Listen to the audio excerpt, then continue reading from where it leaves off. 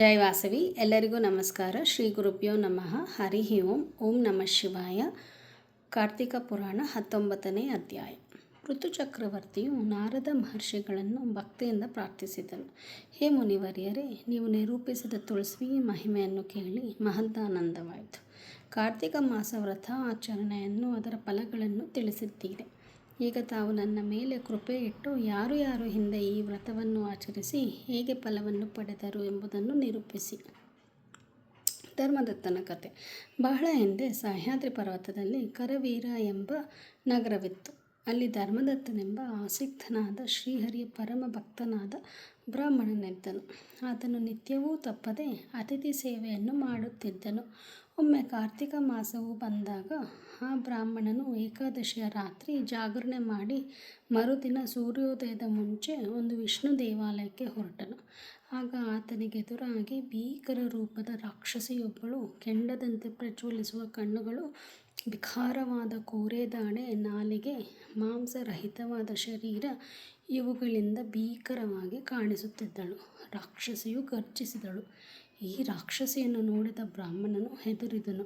ಧೈರ್ಯ ತಂದುಕೊಂಡು ತನ್ನೊಡನಿದ್ದ ತುಳಸಿ ಮಿಶ್ರಿತವಾದ ನೀರನ್ನು ಹರಿಸ್ಮರಣೆ ಮಾಡುತ್ತಾ ಆ ರಾಕ್ಷಸಿಯ ಮೇಲೆ ಚೆಲ್ಲಿದನು.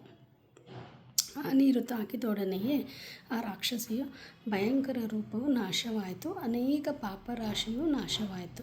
ಕಲಹ ಎಂಬ ಹೆಸರಿನ ಆ ರಾಕ್ಷಸಿಯು ಬ್ರಾಹ್ಮಣಿಗೆ ಸಾಷ್ಟಾಂಗ ಪ್ರಣಾಮ ಮಾಡಿದಳು. ತನ್ನ ಪೂರ್ವಜನ್ಮದ ಪಾಪ ವೃತ್ತಾಂತವನ್ನು ಆತನಲ್ಲಿ ನಿವೇದಿಸಿಕೊಂಡಳು. ಹೇ ಬ್ರಾಹ್ಮಣೋತ್ತಮ, ಹಿಂದೆ ಸೌರಾಷ್ಟ್ರ ದೇಶದಲ್ಲಿ ಬ್ರಾಹ್ಮಣನ ಪತ್ನಿಯಾಗಿ ಜನಿಸಿದ್ದೆ. ಕಠೋರವಾದ ನಡವಳಿಕೆ ಇದ್ದ ನನ್ನನ್ನು ಎಲ್ಲರೂ ಕಲಹ ಎಂದು ಕರೆಯುತ್ತಿದ್ದರು. ನಾನು ಎಂದಿಗೂ ಪತಿಯ ಆಜ್ಞೆಯನ್ನು ಪಾಲಿಸಲು ಒಪ್ಪುತ್ತಿರಲಿಲ್ಲ. ಸದಾ ಆತನೊಡನೆ ಜಗಳವಾಡುತ್ತಿದ್ದೆ. ನಾನು ನನ್ನ ಪತಿಗೆ ಸರಿಯಾಗಿ ಭೋಜನವನ್ನು ಮಾಡಿಸುತ್ತಾ ಇರಲಿಲ್ಲ.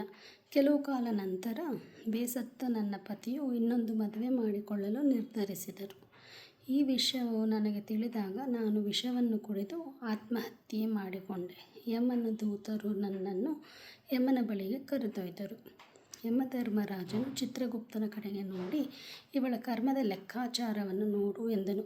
ಶುಭ ಅಶುಭ ಕರ್ಮಗಳ ಪಟ್ಟಿಯೇ ಸಿದ್ಧವಾಯಿತು. ಚಿತ್ರಗುಪ್ತನು, ಸ್ವಾಮಿ, ಇವಳು ತಾನು ಬದುಕಿದ್ದಾಗ ಒಂದೇ ಒಂದು ಸತ್ಕಾರ್ಯವನ್ನೂ ಮಾಡಿರಲಿಲ್ಲ. ತಾನು ಒಳ್ಳೆಯ ಭೋಜನ ಮಾಡಿ ಪತಿಗೆ ಹಳಸಿದ ಅನ್ನವನ್ನಿಡುತ್ತಿದ್ದಳು. ಇದರ ಫಲವಾಗಿ ಆಕೆಗೆ ಮೇಕೆ ಜನ್ಮ ಬರಲಿ. ನಿತ್ಯವೂ ಪತಿಯೊಡನೆ ಜಗಳವಾಡುತ್ತಿದ್ದ ಕಾರಣ ಹಂದಿಯ ಜನ್ಮ ಬರಲಿ. ಮಾಡಿದ ಅಡಿಗೆಯನ್ನು ತಾನೊಬ್ಬಳೇ ತಿನ್ನುತ್ತಿದ್ದರಿಂದ ಅವಳಿಗೆ ಬೆಕ್ಕಿನ ಜನ್ಮ ಬರಬೇಕು. ಆತ್ಮಹತ್ಯೆ ಮಾಡಿಕೊಂಡಿದ್ದರಿಂದ ಇವಳಿಗೆ ಪ್ರೇತ ಶರೀರ ಬರಲಿ. ಆ ಪ್ರೇತ ರೂಪದಲ್ಲಿ ಕೆಲವು ಕಾಲ ನೀರಿಲ್ಲದೆ ಕಳೆದು ನಂತರ 100 ಜನ್ಮ ತಾಳಲಿ ಎಂದು ಹೇಳಿದನು. ಹೀಗೆ ಕಲಹ ರಾಕ್ಷಸಿಯು ಧರ್ಮದತ್ತನಿಗೆ ತನ್ನ ವೃತ್ತಾಂತವನ್ನು ಸಾಧ್ಯಾಂತವಾಗಿ ವಿವರಿಸಿದಳು. ನಾನು ಹಲವು ವರ್ಷಗಳಿಂದ ಅನ್ನ ನೀರಿಲ್ಲದೆ ಬಳಲುತ್ತಿರುವೆ. ಆನಂತರ ಒಮ್ಮೆ ಕೃಷ್ಣ ಸಂಗಮ ಸ್ಥಾನಕ್ಕೆ ಹೋದಾಗ ಅಲ್ಲಿ ಶಿವಗಣಗಳು ನನ್ನ ಹೊಡೆದಟ್ಟಿದವು. ಅಲ್ಲಿಂದ ಇಲ್ಲಿಗೆ ಬಂದೆ. ಈ ದಿನ ಪರಮ ಪವಿತ್ರವಾದ ತುಳಸಿ ಜಲದಿಂದ ನೀನು ನನ್ನನ್ನು ತಾಕಿದೊಡನೆಯೇ ನನಗೆ ಪೂರ್ವಜನ್ಮದ ಸ್ಮರಣೆ ಬಂದಿತು. ತೇಜಸ್ವಿಯಾದ ನಿನ್ನಂಥ ಬ್ರಾಹ್ಮಣೋತ್ತಮನ ದರ್ಶನ ಭಾಗ್ಯ ಒದಗಿತು. ಹೇ ವಿಷ್ಣುೋತ್ತಮ, ನನ್ನನ್ನು ನೀನು ಕೃಪೆ ಮಾಡಿ ಪರಮಯಾತನಾಮಯವಾದ ಈ ಪ್ರೇತ ಶರೀರದಿಂದ ಬಿಡುಗಡೆಗೆ ಪರಿಹಾರ ಸೂಚಿಸು. ಮುಂದೆ ನಾನು ತಾಳಬೇಕಾದ 3 ಜನ್ಮಗಳನ್ನು ತಪ್ಪಿಸಿ ಮುಕ್ತಿಯ ದಾರಿಯನ್ನು ತೋರು ಎಂದು ಪ್ರೇತರೂಪಿಯಾದ ಕಲಹೆಯು ಧರ್ಮದತ್ತನನ್ನು ಅಂಗಳಾಚಿ ಬೇಡಿದಳು.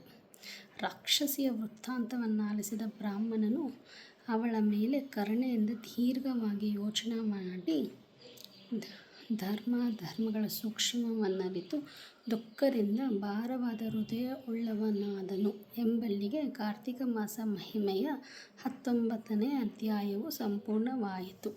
ಧನ್ಯವಾದಗಳು.